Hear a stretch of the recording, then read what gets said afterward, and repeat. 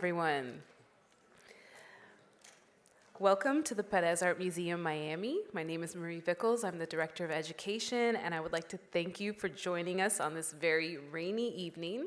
So I know it's a lot to come to the museum through all these puddles and rivers that we call roads, so thanks for coming out. So again, thank you. You're here tonight for the program Art Talk, Madeleine Hunt-Ehrlich in conversation with Dr. Anny-Dominique Curtius.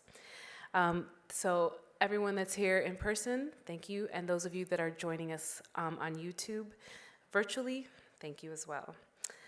Tonight, we are going to celebrate the opening of a newly commissioned exhibition presented via our Caribbean Cultural Institute initiative, also known as CCI, Too Bright to See, Part 1, a film installation by artist and filmmaker Madeleine Hunt-Ehrlich.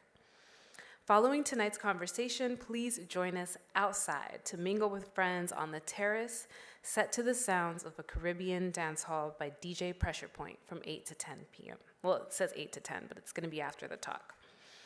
So, before we begin our program, I would like to thank and acknowledge both the funders and the incredible team of people that work to produce our exhibition programs and educational programs like this one tonight. Too Bright to See, Part 1, is organized by Iberia Perez Gonzalez. She is the Andrew W. Mellon Caribbean Cultural Institute Curatorial Associate. Too Bright to See, Part 1, was produced by Sophie Luo and Mike S. Ryan, and support for the film was provided by the Jerome Foundation, NYSCA, Perez Art Museum, Miami's Caribbean Cultural Institute, and the Film Video Studio at the Wexner Center for the Arts. This work is presented courtesy of the artist. Big thank yous also go out to Anita Bram, Associate Director of Adult and Public Programs, and our world-class audiovisual team, Denise Faxis, Andrew Bird, and Lazaro Yanis on video and cameras. We literally could not do this without you all, so thank you. I'd like to now introduce our curator and speakers of the evening. Iberia Perez Gonzalez is the Andrew W. Mellon Caribbean Cultural Institute Curatorial Associate at PAM, where she has organized the immersive exhibition Carlos Cruz Diaz, Chromo Saturation, and PAM's iteration of Mariano, Variations on a Theme. Prior to joining PAM, she was a CMAP Fellow for Latin America and the Caribbean at the Museum of Modern Art, New York, where she also collaborated with the Patricia Phelps de Cisneros Research Institute. She received a PhD in art history and theory from the University of Essex in England, and an MPhil in contemporary art and a global perspective from Leiden University in the Netherlands. Madeleine Hunt-Ehrlich is a filmmaker and artist who has completed projects in Kingston, Jamaica, Miami, Florida, and extensively in the 5 boroughs of New York City. Her work has been screened internationally, including at the 73rd Berlin International Film Festival, 2002 La Biennale de Venezia, the Guggenheim Museum and the Whitney Museum of Art in New York, and the Tate Modern in London. Her films have been awarded special jury prizes for Best Experimental Film at Black Star Film Festival and the New Orleans Film Festival. She was named on Filmmakers Magazine's 2020 25 New Faces of Independent Cinema list and is the recipient of a 2022 Creative Capital Award, a San Francisco Film Society Rannon Grant, and a Rema Hortman Award, also a Princess Grace Award in film. She is a force to be reckoned with and most certainly appreciated. Dr. Anny-Dominique Curtius is a professor of Francophone studies at the University of Iowa. Her interdisciplinary research interweaves cultural theory, cinematic, visual, and performing arts of the Caribbean, the Indian Ocean, and Francophone sub-Saharan Africa, interweaving ideas of Black Atlantic eco-criticism as an integral part of post-decolonial museum studies. Her work also focuses on the defacement and toppling of the iconography of slavery in the public space. Dr. Curtius is the author of Suzanne Césaire, Literary and Artistic Archaeology of a Hindered Memory, the first book that analyzes Suzanne Césaire's seminal yet overlooked work. Her other published works include Symbiosis of a Memory, Caribbean Religions and Literatures, along with numerous articles and book chapters in journals and edited volumes.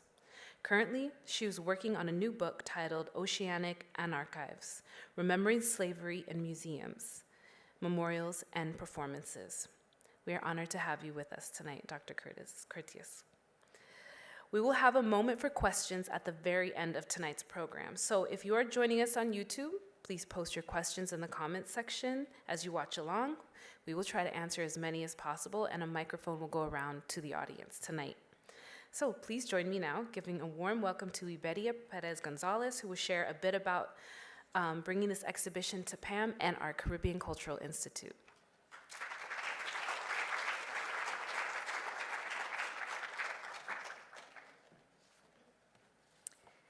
Thank you, Marie. And echoing Marie's words, I would like to thank you all for joining us tonight, in presence or virtually, for this special event organized in conjunction with the premiere of Madeleine Hunt-Ehrlich's most recent film exhibition, Too Bright to See, Part 1. This is a project that has been 5 years in the making, and it has been a great honor for me to be able to support and accompany Madeleine for the last 2 years during the planning, production, and installation of the work here at PAM.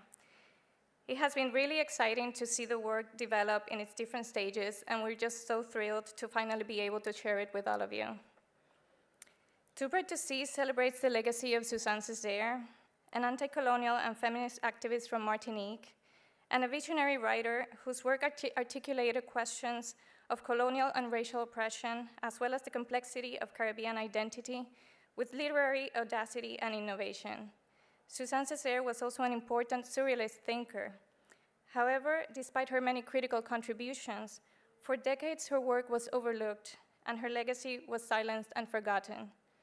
Fortunately, this narrative has been changing over the years as scholars continue to revisit her work and map out her contributions to Caribbean thought, negritude, and surrealist discourse, but also as more and more artists engage creatively with her work.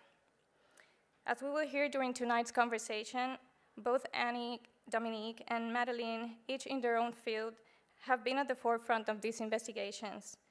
In the pages of Annie's book and in the scenes of Madeleine's film, Suzanne Césaire speaks to us once again. Although there is still much to be done, this exhibition serves as a reminder not only of the responsibility that museums have in the process of memory building and in the recovery of our erased histories, but quoting Anny-Dominique Curtius, let us not forget of the duty that everyone has to take hold of the buried words of women and to reflect on how we might be able to bring them back into existence. Madeleine Hunt-Ehrlich, Too Bright to See, is the third exhibition organized within the framework of the Caribbean Cultural Institute, a curatorial and research initiative here at PAM that is possible thanks to the generous support of the Mellon Foundation. We have embraced this project without hesitation because it really speaks to our mission of expanding the understanding of the Caribbean as a multi-layered and deeply rich cultural region. It really has taken a village to create this film exhibition, so my sincerest thanks to everyone who contributed to making this happen, including those involved in the production of the film. Some of you may be out there tonight, and those that have traveled long distances to be here for this special occasion. Thank you also to all the PAM staff who has been involved in this project in one way or another.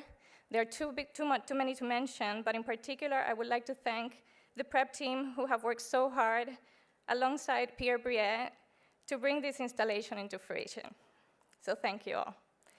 Before I give the floor to our speakers, I would like to make a couple of important announcements.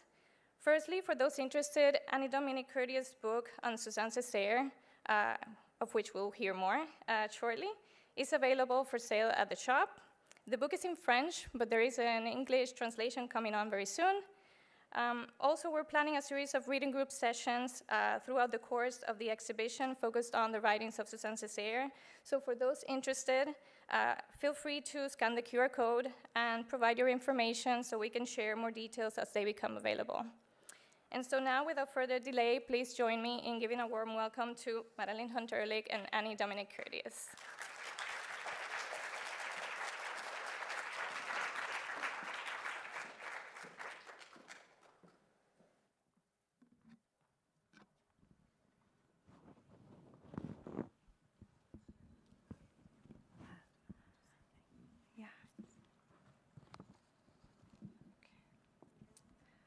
Hi, everyone. Thank you for being here tonight. Thank you, Annie, for being here. I feel like this is such a dream come true, especially to be able to be in conversation with you. So I'm just feeling immense gratitude. And I hope you'll forgive me, but I have to say quite a number of thank yous. And even this list won't really cover all the many people I have to thank. So please forgive me. I think there'll be more opportunities. I hope there'll be more opportunities to thank everyone. But first of all, I want to thank Franklin Sermons, Iberia Perez Gonzalez, and the CCI, Pierre Briat, Jay, and the prep team, because without their support and collaboration, not just this past several weeks, but really over the past year, the installation that is now finally up and open to the public would not have been possible. And it's really been a pleasure to work with all of you. I have to thank producers Sophie Luo and Mike S. Ryan, as well as actors Zita Hanro and Motel Jen Foster, my collaborators Alex, Terry, Mumbi, the entire film crew, many of whom are based here in Miami and some of whom are here. I really celebrate with you the work that we did really not that long ago, since we just shot in January. And it was really hard work. And so I want to thank you so much for everything that everyone brought into that process. I have to thank Mark, Ina, and Michelle Césaire for sitting with me, remembering their mother with me, which I know is not always an easy process. I have to thank Annie, really for being in a kind of sisterhood with me of doing this work. Really, I was describing it to someone as a kind of pioneer work, because there's no map of how to know Suzanne Césaire, and there's only the generosity and convictions that some of us shared that this work should be done. I have to thank a few others who are, I would say, a part of that sisterhood or fraternity, and that includes Daniel Maximum, Marina Magloire, Vanessa Agar-Jones, Annette Joseph Gabriel, and Wally Fall. I have to thank also my family, John and Ivy, as well as my parents and my brother Julian, Simone Lee, Legacy Russell, Crystal Tingle, and Chaiko Mwale, who are part of what makes possible the very scary and grueling work of I think, of making a project of this size.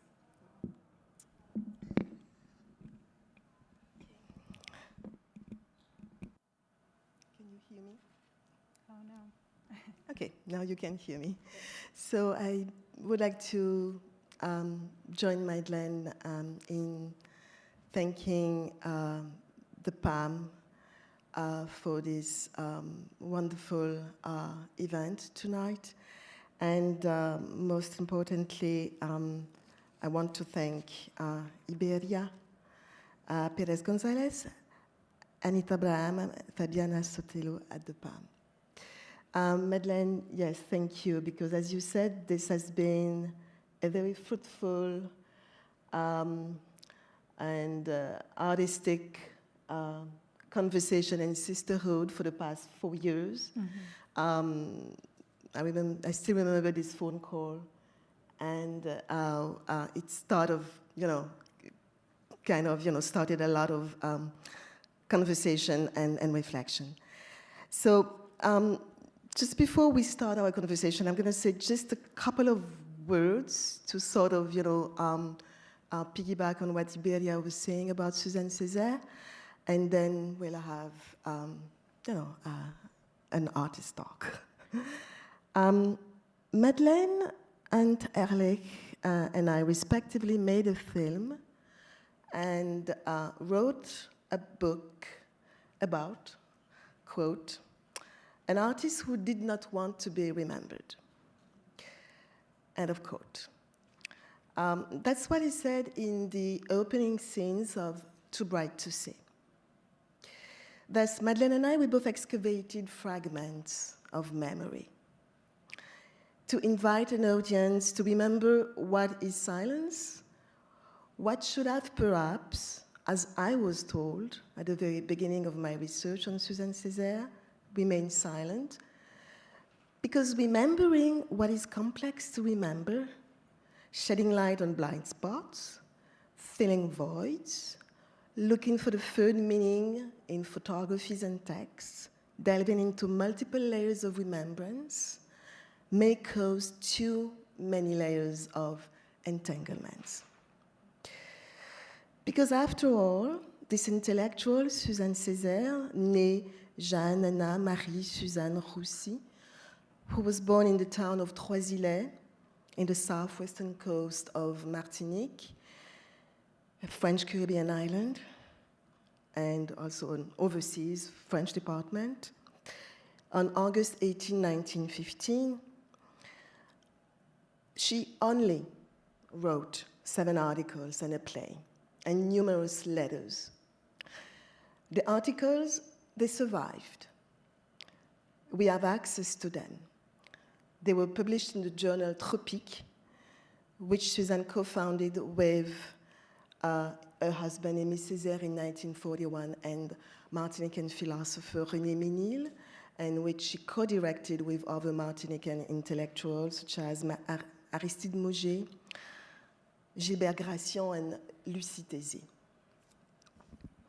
But what about the play titled Aurore de la Liberté, Dawn of Freedom? It vanished. It is lost. Or perhaps it is hidden somewhere, waiting to resurface from a box, from dusty bookshelves, in a tiny bookstore, or maybe in archives. And maybe resurfacing also from the memory of people Suzanne Césaire might have met as she was traveling during her short life. Indeed, she died. She was 51 years old. She died of a brain tumor in 1966 in Paris, and she's buried in Martinique. Suzanne studied philosophy and French literature in Toulouse and Paris. Specific details about this period of her life as a student are still to come out. We still need correspondence, witnesses to speak out and see more about those years of study of these brilliant intellectuals who was the soul of this journal, Tropique, as late Martinican historian Roland Suvelor said. Elle était l'âme de Tropique. In her 7 articles and her correspondence, she laid out the underpinnings of Caribbean critical theory, post-colonial eco-criticism, and Black performative studies. And she told us how to look at the complexity and richness of the Caribbean with a total lucidity. And she taught us what poetry, theory, and art about the Caribbean should look like. I'd like to end this brief presentation of Suzanne Césaire's and her work by mentioning that after the Tropique period, she was involved in the emergence of Aimé Césaire's political career, whom she married in 1937. The couple had 6 children, then they separated in 1963. And despite her fragile health, she balanced admirably her teaching career, the unity of the family, with Aimé Césaire's political ascent. She also traveled to Haiti between May and October 1944 with Aimé Césaire and collaborated closely with him during a cultural mission and collaboration between Haiti and France. Suzanne taught French literature, first at the Technical College of Bassin-Radoub in Fort-de-France, then in high schools in the Paris area, while being an active member of the French Communist Party and contributed to the vitality of Martinique's cultural scene. As part of the activities of the Association Scenes and Cultures and Culture based in Fort France, in 1952, she wrote and staged her own play, Dawn of Freedom, as I mentioned earlier, which is an adaptation or cannibalistic translation of Yuma, a novel by Lafcadio-Hearn. Suzanne's play represented the harsh living and working conditions on a plantation and a slave rebellion in the midst of the abolition of slavery in Martinique in 1848. The play was performed in 1952 in several cities in Martinique by young amateur actors from modest backgrounds. With this play, Suzanne shaped a popular Martinican artistic ecosystem and contributed to the emergence of visionary Caribbean and post-colonial practices of staging, adaptation, and playwriting, whose underpinnings are insightfully articulated in her essay. So I'd like to stop here. There is more to say, but I think that it's much better that we share together the rest of most of the elements that constitute the bio. So, Thank you, Annie. I think next we're going to watch a clip from the film. A little context. Featured in this part of the film is a reading by Zita Hanro of Suzanne Césaire's letter to a friend written from Haiti. I'll let the clip speak. Cher Yassou, je n'ai plus ce sentiment d'intimité avec les objets extérieurs qui m'était si familier, mais que j'appellerais le sentiment du toc. Le paysage, de temps en temps, se décroche, se met de côté. Les arbres, même en un jour de détresse comme celui-ci, où ils ont besoin d'aide, arrivent à être sournois et faux. Et moi, bien entendu, je me sens stupide devant tous ces objets déséquilibrés, incohérents. Moi qui n'ai jamais connu le bombardement, je suis obsédée par des images de guerre. Le monde me paraissant vraiment, à certains moments, sans dessus-dessous. N'allez pas croire que je suis en proie à une noire, vous permettez, mélancolie. Je ne rêve pas d'un mythe nouveau, je désire sa venue, je cherche, j'attends. Parmi tous ceux qui portent cette idée en eux, sa nécessaire éclosion.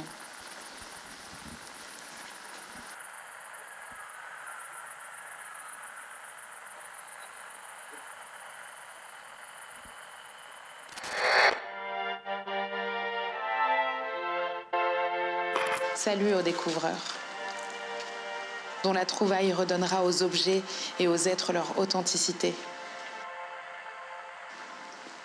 Et je crois que du moment où vous avez fait le premier pas, en désirant détruire entre vous et les objets cette surface de peau, vous arriverez aussi à faire le second pas, vous mettre au cœur du poème. Un jour où la pendule de marbre rose vous paraîtra particulièrement intolérable.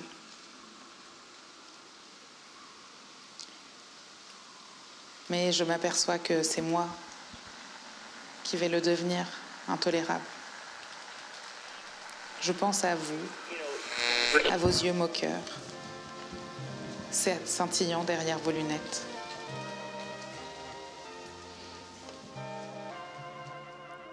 Suzy.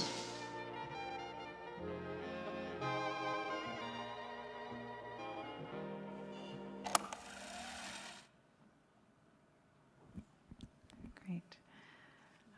And I think next it'd be wonderful. So I've made a film, but Annie has really written what I think will, for the rest of time, be the book that we all refer to when we talk about Suzanne Césaire. And I know you wanted to show some slides of the cover of that book before we started our discussion.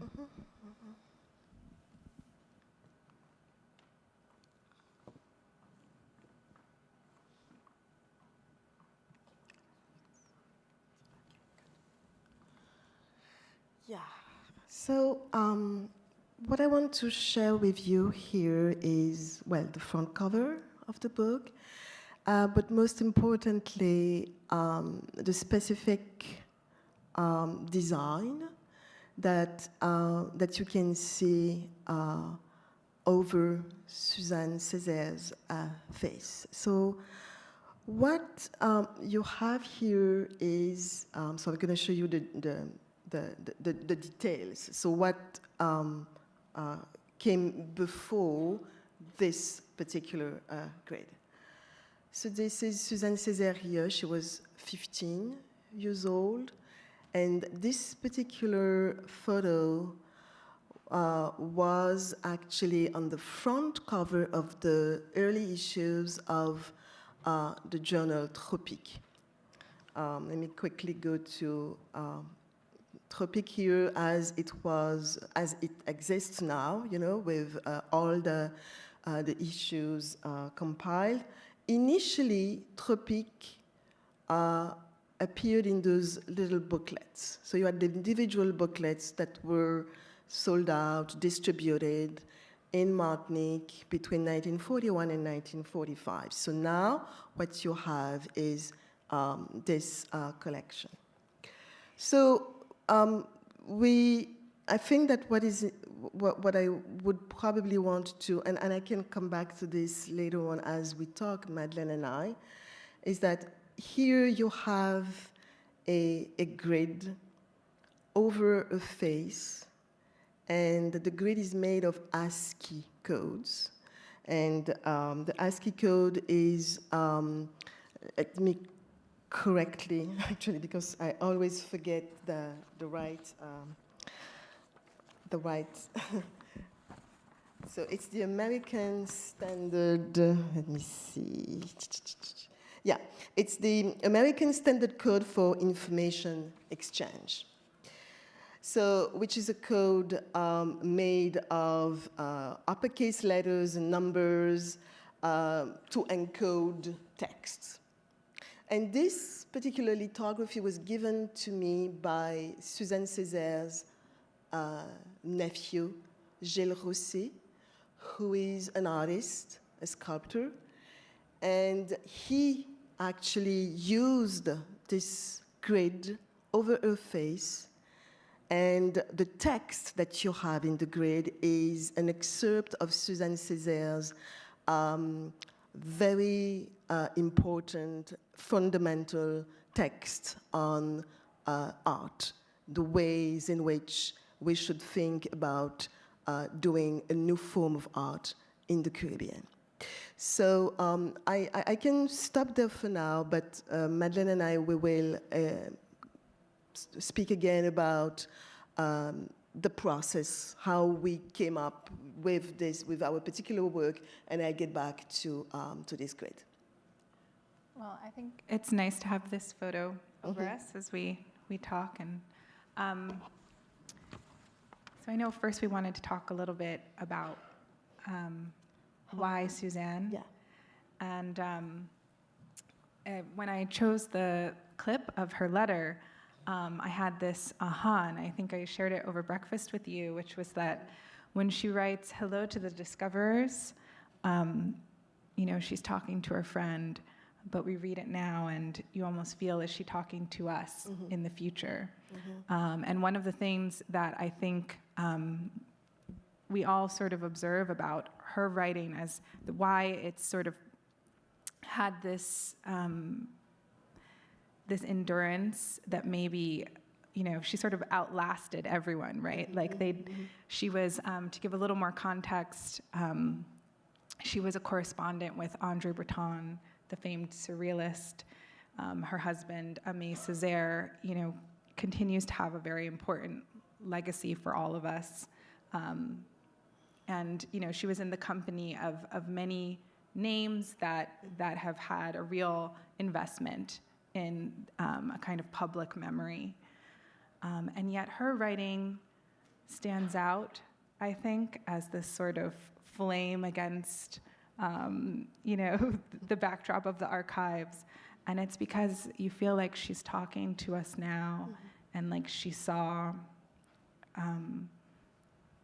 way beyond her time. I don't know if you felt the same when you read her words. I did feel the same. And actually, I think that the very first time I discovered her work, I was a graduate student in comparative literature at the University of Montreal. And my co-advisor said to me this sentence that I will always remember. We were sort of looking for texts and critical paradigms about the representation of Caribbean nature and literature. And my co-advisor said, we need to go to the journal Tropic. This is where we're going to find stuff. And he started to tell me about Suzanne Césaire, and I didn't know about her. And during the conversation, it was like, well, at some point someone would have to write something about Suzanne Césaire, whether it's a book or something else, but somebody needs to do something. So I guess that at that time I was not working on Suzanne Césaire. I was really, focusing on a different topic. But I think that those seeds that he sowed clearly remained there, and I thought that at some point it just became obvious to me that I had to let those seeds blossom. And what is very interesting is that as I started to read the work, I could every time find something different. So in other words, this is the type of text that is standing at the beginning, and then you're like, okay, well, I need to go back. And then the previous ideas, the previous thoughts that came as you were reading the text sort of change. They go to a different direction. So the text moves you around. You shift gears as you read. So it's never the same text, but at the same time, it is the same text. So what I think is really interesting, Madeleine, I think it's this kind of authoring that she did in the 1940s, clearly being probably aware that she might not have had a readership at that time. Who knows who really was reading Tropic at that time.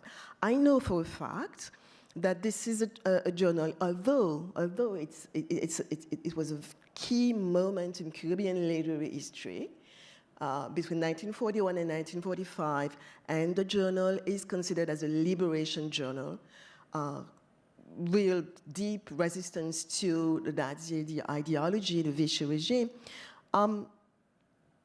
Very few people actually read it. Some are intellectuals in Martinique, and as a matter of fact, after the journal ceased publication in 1945, very few intellectuals actually went back to the text to sort of find the critical paradigms that they might have needed, to continue thinking about Caribbean literature, arts, and poetry. So, so in other words, the fate of Tropic is the fate of Suzanne Césaire. So, silence about Tropic for years until all the booklets were put together, and for publication in 1978, I believe, and then in 1994. So to get back to what I was saying, I think that Suzanne Césaire might have been aware that there was going to be some sort of silence. And so the readers, her readership is a future readership, and maybe she was aware of that. Yeah. You almost sort of think, you wonder if she's actually writing to us from the end of the world. Mm-hmm. And here we are sort of at a kind of end of the world. I think we all feel after these last few years. But Tropiques is published during World War II. And so the backdrop of it is that she and May are living on an occupied island, occupied by the Nazi-aligned Vichy military, who have, while they are not in the context of a battleground, they are in the context of a kind of fascist. Military government, where there's a kind of impunity and a climate of fear and violence. And so Tropiques is published on a paper ration from the military and is, eventually censored by the Vichy government. And she's writing, as are her collaborators, very radical texts about liberation, thinking critically about the histories of slavery, the histories of the plantation, histories of colonialism, defining those conversations for the first time, really, because you have to think we're only 1 or 2 generations from slavery. And so these ideas are all new and really kind of terrifying to question how things are.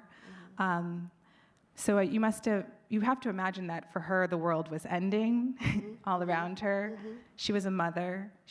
When she was writing Tropiques, she already had 2 or 3 of her children. She was a teacher. She was deeply invested in her community. And she was writing to us maybe almost in the way that, a time capsule might be built, right? Yeah, it's important to remember that Suzanne was writing as she was taking care of her kids. So there is this multiplicity of actions. So she's clearly at the intersection of so many activities, but so many positionalities: being a mother, being an activist, being the wife of a literary prophet, and being a woman from Martinique in this particular environment. So I think that there is, we have to be aware of the difficulties that she had to face. And you can probably feel that in the writing, in her style. Her style, it's very elliptic. So you could see that somebody who was writing, in some sort of out of urgency. But at the same time with lots of audacity and lucidity, as she said. So I'm glad that you mentioned the censorship that the journal had to go through, the letter that she wrote to the lieutenant of Admiral Robert, a very powerful letter saying that, we do not speak the same language. That was, I think, probably the last sentence of the letter. We do not speak the same language. You speak the language of censorship. We speak the language of audacity and liberation. So it's clearly somebody who was aware of her positionality with all those elements that I mentioned, but at the same time clearly conscious of this modernity of the text. And that we can clearly see. And why modernity? Because I think, and tell me what you think, Madeleine, I believe that when we read all those texts, not specifically the Grand Camouflage, which is the most famous one, the one that a lot of people have read, you clearly find elements to sort of explore contemporary issues about the Caribbean, the land, the exotic appreciation, the constant exotic narrative about the Caribbean. And this is there. This is in the text. And the ways in which she clearly mentions a positionality to a text, a poetry that she calls doudou literature, exotic literature. What is this for her? This is clearly not emancipation. This is not emancipatory work. It needs to go beyond that. The Caribbean is not just beautiful people and beautiful land. That land is the witness of a violence. That land is a witness of slavery and enslavement and exploitation of people for the sake of capitalism. So I think that the modernity, we need to really read the text in terms of this modernity. Yes, and I would just add that I think she, again, sort of foresees or describes, nature's beauty as being this double-sided coin with the terror of nature, the violence of nature that we now call global warming, but has always been, I think, really present in the tropics. And of course, Martinique being home to also a volcano made it just, unavoidable that, this beautiful place could also result in great suffering. You spoke about Suzanne as a mother, and that was really central to my engagement with her. I became a mother while I was working on this film, and while I was traveling to read Suzanne in the archives, which is something I think we should talk about. Maybe we should talk about the fragments of her work. The actress Zita Hunro, who I collaborated with on this film, had also just become a mother, and that was one of the reasons we decided to work on this together. And at one point, in the process you go through with actors, there's they really need to understand the importance of everything. Like, it's really this kind of process as a writer where you're like, I don't know. I mean, I just wrote that. And they're like, no, but I need to understand why this and not something else. And we were talking, and she said, okay, so I think I'm understanding. You need to believe the fragments are enough. You need them to be enough. And it was such a realization for me of maybe my own, you think you have this distance from what you're working on and this science to it, and it wasn't that. It was at some points it was I had to believe that we had a reason to spend time with her 7 essays and her letters and just the fragments that we have, because that's what she could get done with 6 children. And that she got that done to such an extraordinary level that I would still be sitting there, in the library at the Sorbonne, in André Breton's, archive, reading the letters, still feeling with each one the energy of just an incredible mind, feeling spoken to, that she got that done. I just needed to sort of, for myself and for others, say that this is enough. Yeah, you're right. Intertwining public life, writing, and private life, it is stunning. And I remember that we've had this conversation very early on about the aesthetics of fragments, I would say, and we were wondering how we could interpret the fact that after Tropique there isn't anything else. We don't have any texts. Well, there is the play, but the play is lost. So she did write the play. She staged it, as I said earlier. So how do we interpret the fact that there is no writing after? Should we interpret it? That's another question. Couldn't we just say, well, what she wrote in Tropique, it's powerful enough, and let's work with that? Because this is an offering. We have the recipes, we have the paradigms there. Let's work, let's use them.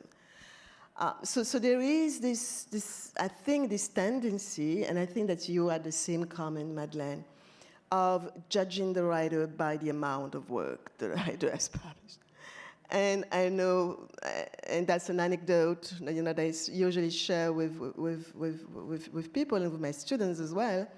So many people told me, but why are you spending your time writing a book on someone who only wrote 7 articles?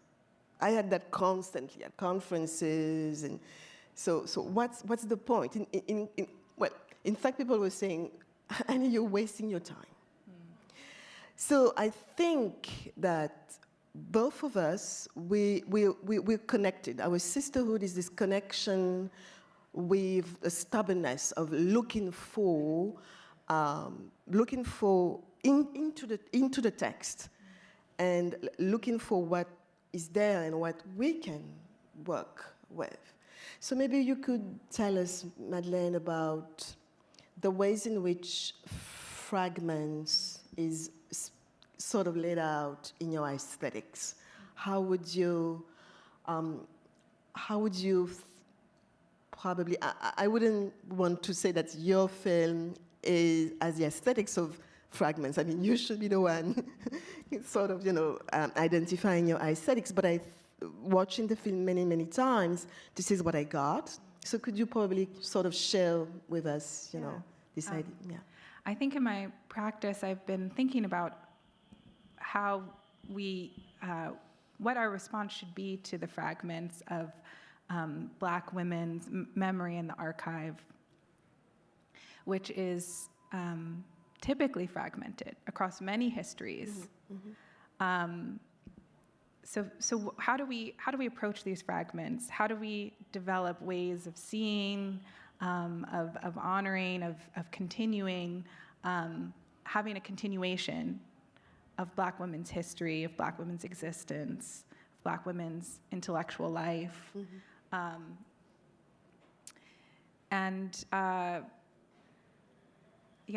think in this case, it very much is, the idea was to take the fragments from her archive and to consider them, to find ways to work with them. I've been reading, it's like a little tangential, but I've been reading The Tale of Genji, which is the first novel ever, that we know that exists. And it was written by a Japanese woman. And what I think is really interesting is actually the last chapter of this epic is thought not to be written by her, but to, many decades later, to have been written by another woman. And both of those texts end very abruptly. They don't end as if they were intended to end that way. But I was very moved when I realized that another woman came and sort of picked up the text and continued writing, even if she also sort of had to finish, and it ends in this beautiful, mid-sentence. And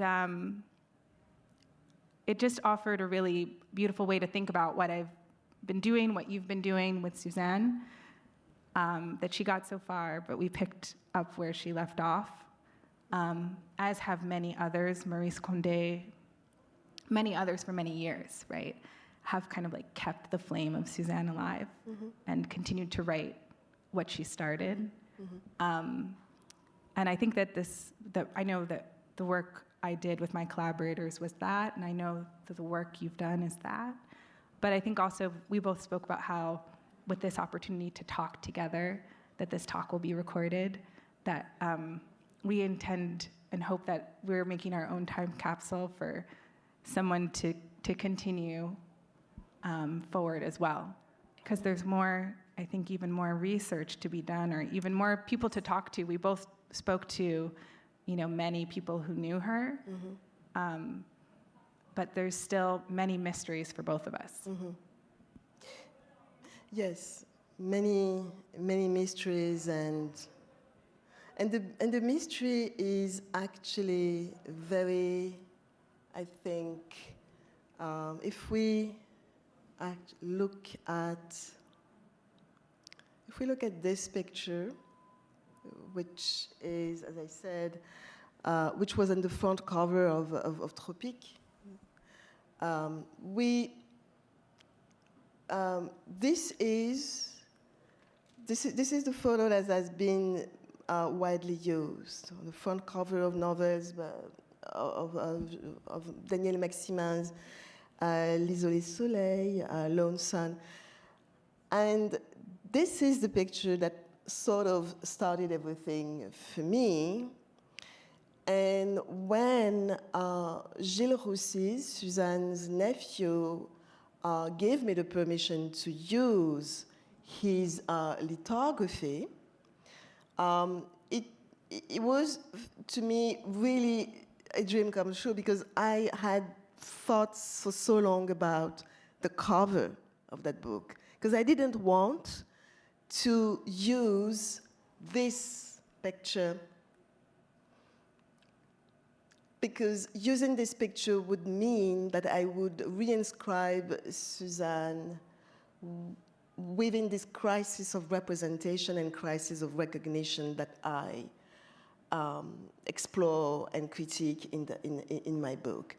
What I mean by that is that very often she's been remembered as a beautiful woman and nothing else. So to me, working on this book where I analyzed the ways in which she was recognized, glorified, racialized, silenced, the work overlooked, I needed something to really sort of summarize the various fragments I had and the little pieces I worked with. And that's the reason why this lithography came at the right moment, because it was at the same time an appearance. It's like a camouflaged epiphany. This is one of the concepts that I actually use in my book. So with the grid on over her face, she's hidden. But the grid is her text, the grid is her words, the grid is her voice.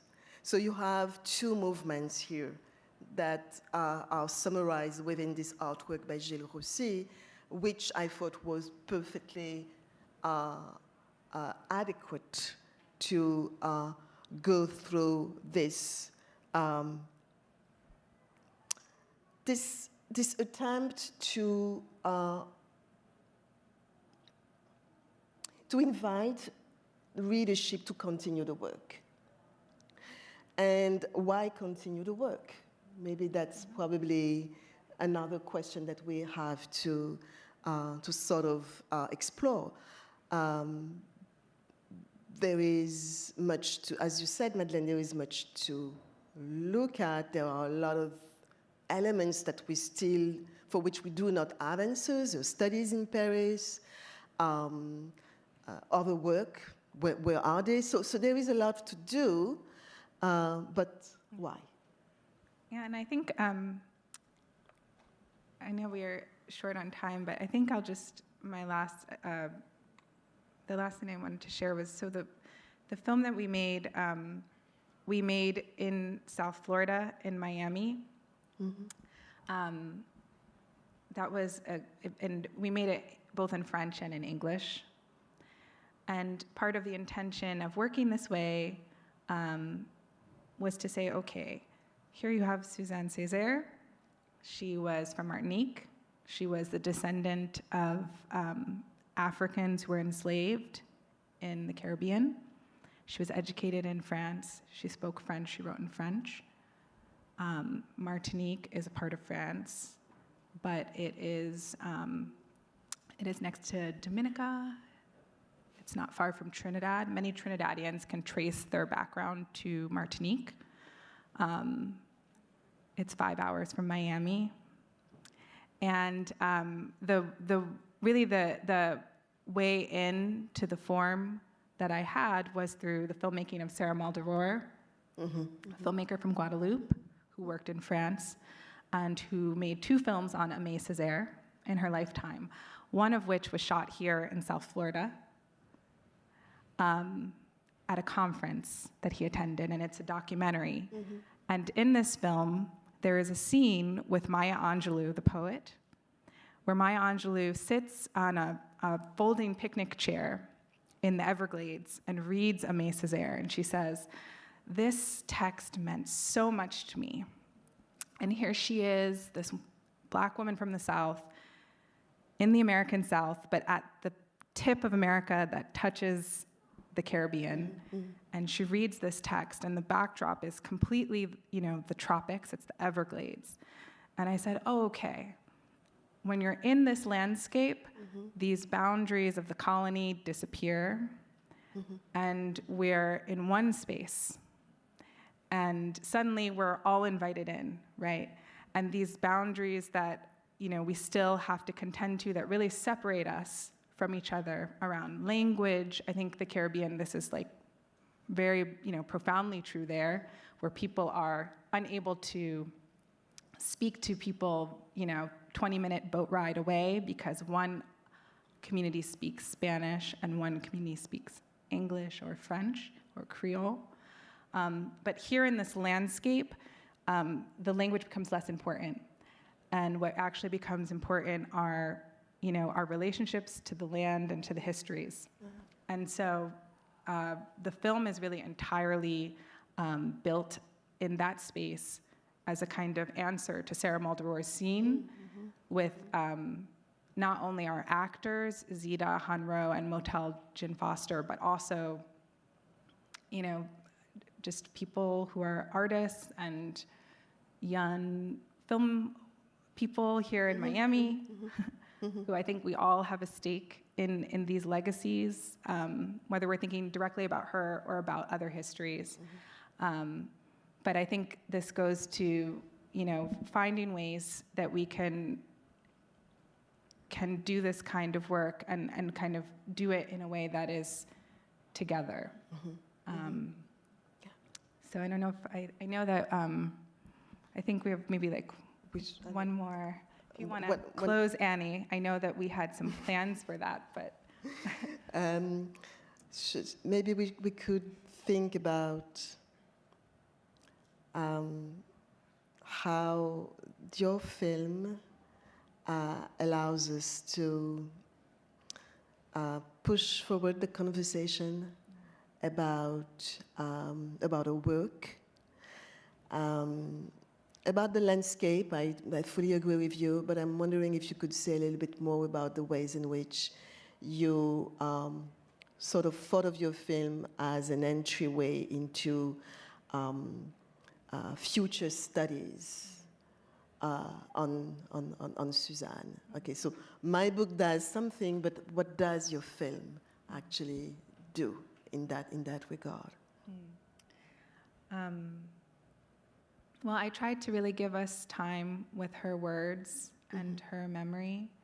And, while we at times escape into the illusion of cinema, which is so seductive, we're also constantly reminded of the film set and reminded of the artifice of the device of cinema, of the device of the theater, as in the installation, which is a film projected on a scrim that becomes transparent in between the film and reminds you that you're, in fact, in a room in a museum with an illusion. And really, I hope to always move us back and forth between those ways to keep us from getting too comfortable into thinking that we fully understand or fully know, which I think is important when dealing with the fact that ultimately we'll never know exactly what she was thinking or why we have the little bit of writing that we have. But also I have this really strong belief that questions give us the thing that we want. It's not the thing that gives us the thing, it's the question about the thing. It's more powerful for me to give you an unanswered question than an answer. And I mean, that guides everything I do in my work. Yeah. And very briefly, maybe I could say that what I think that both of your work and my work do as well is that we interrogate the genealogy of Caribbean critique. We know for sure that this Caribbean critique circulates around many names, many names of big men. So what do we do when if we seriously want to think about the Caribbean complexity and richness? how do we dig into that just with this same genealogy of thinking? Why don't we look at what women said? And I think that this is really important in your film. We can see that, and this is what I think that I hope I try to do in my book. Unsilence women's voice, who not only in Martinique, but in Haiti, I'm thinking about Marie Vieux-Chauvet, for example, said so many important things, but that have not been given enough attention. So I think that's what I wanted to sort of say at the end. Thank you so much for being here, Annie. Thank you. Yeah. Thank you for the sisterhood. If you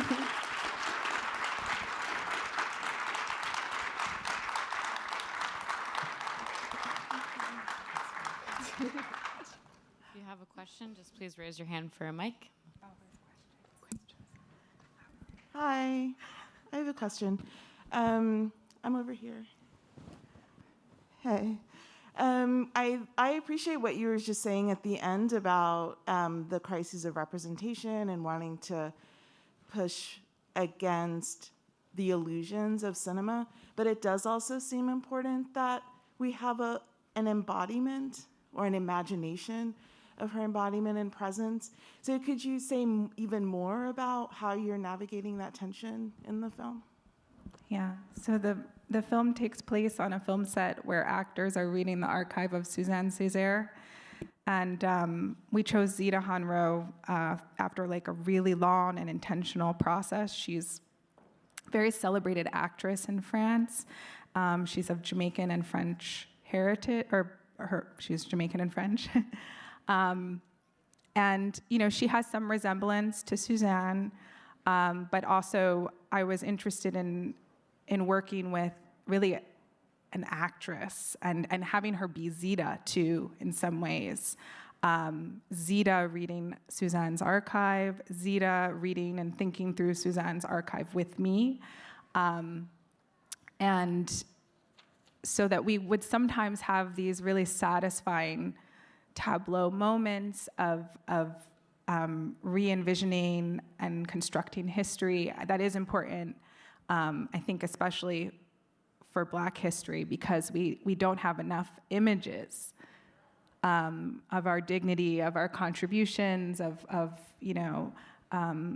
just so many moments of our lives and our histories. And so it was important to have those moments, but I also wanted us to be able to come back to something that says, well, we're using this history for a reason. We're here now in 2023, and we're returning to this history for things that we need from it now. So.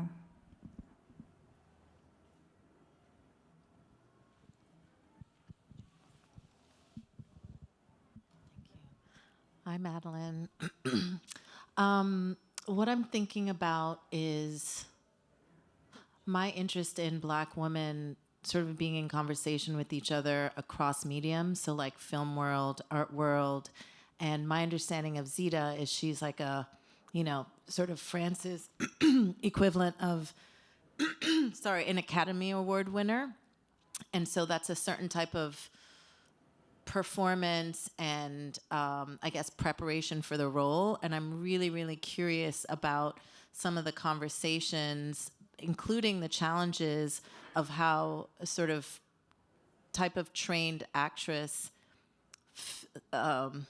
slips into this other kind of performance with a director who does a different kind of directing than, what is your objective in the scene? And then what is the antagonist? And so I would really, really love to know some more about your directing techniques in that context.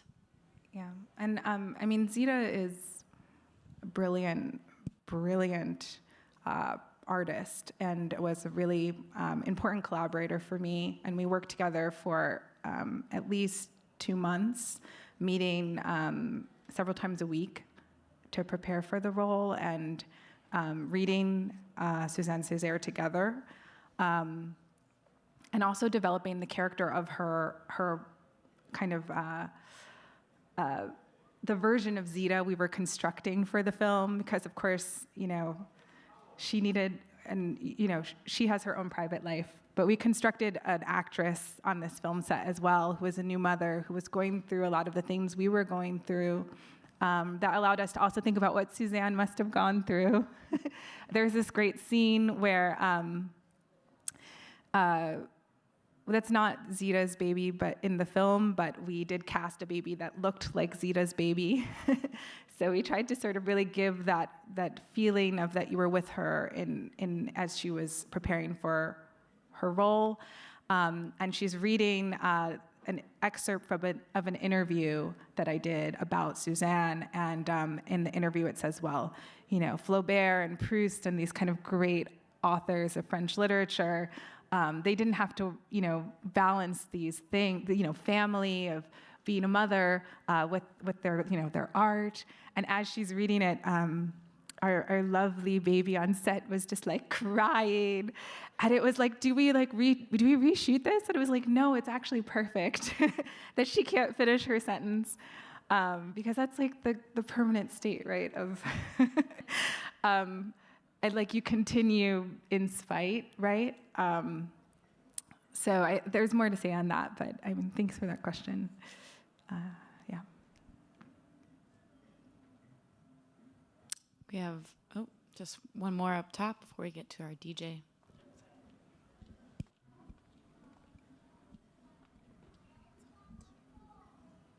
Thank you so much for your conversation and your insights. I just wanted to ask a brief question. I'm familiar with Suzanne Césaire through We Frodo Lam. I organized an exhibit on We Frodo Lam. And so in that circle, I was exposed to her, but you fleshed her out so nicely today, and I'm curious to know a little bit more. You alluded to some of the mysteries in her life. Do you have any information on the lost manuscript, the screenplay that you mentioned was lost? Do you have a title, a date, and where does this information come from? Thank you. Yeah, thank you for this question. A moment of the writing was, one moment of the writing that was particularly intense for me was actually writing about that lost play. I was fortunate to meet two actors who have died now. So I interviewed them, and the moment I said that I wanted to write a book about Suzanne Césaire, they were really enthusiastic, and they said, we're going to look everywhere to see if we still have the manuscript. And they looked, and they did. They did look for it for several months. I was in contact with them, but unfortunately they could not find anything. So what is very interesting is that at some point one of them said, but how about meeting with us and we're just going to dig into our memory, and we're just sort of going to reconstitute the play from what we remembered. And that was like maybe 60 years after, sort of. So it was very moving for me to see them sort of scratching their head and sort of arguing, no, you didn't say that. I was the one who had that role, and so on and so forth. And that was really moving and really fun at the same time. So what I did, and I think it's in the first chapter of the book, I sort of reconfigure the information that I got from them based on their memories. So again, the idea of fragments that Madeleine and we were talking about earlier, I think that this is one moment when fragments became so intense for me and really moved me as I was writing. Because I was clearly copying what they said, but I was interpreting at the same time. So I was sort of recreating the play. But clearly understanding that I didn't have the manuscript, and that what I was saying, I needed to be careful about what I was saying, being very faithful to their words, to their memory, while interpreting at the same time what they had said. So unfortunately, I just cannot provide any real, let's call it like that, let's use this adjective, real information about the play, because I haven't seen it, and who knows where it is. I just have information about where it was staged. Both of the actors told me that Suzanne wrote the script. She did the decor, she did everything. So this is the kind of information that I have. But in terms of, I would say, the development of the play, the sections, the scenes, the acts, all this is sort of lost in a way. But we retrieved through the memory of those two actors. So I guess that this is sort of the type of very intimate question answer that I can provide to your question, because this is what I have available. We have a really terrific DJ outside that I think we're all excited to get to, so please join me in giving a really warm round of applause.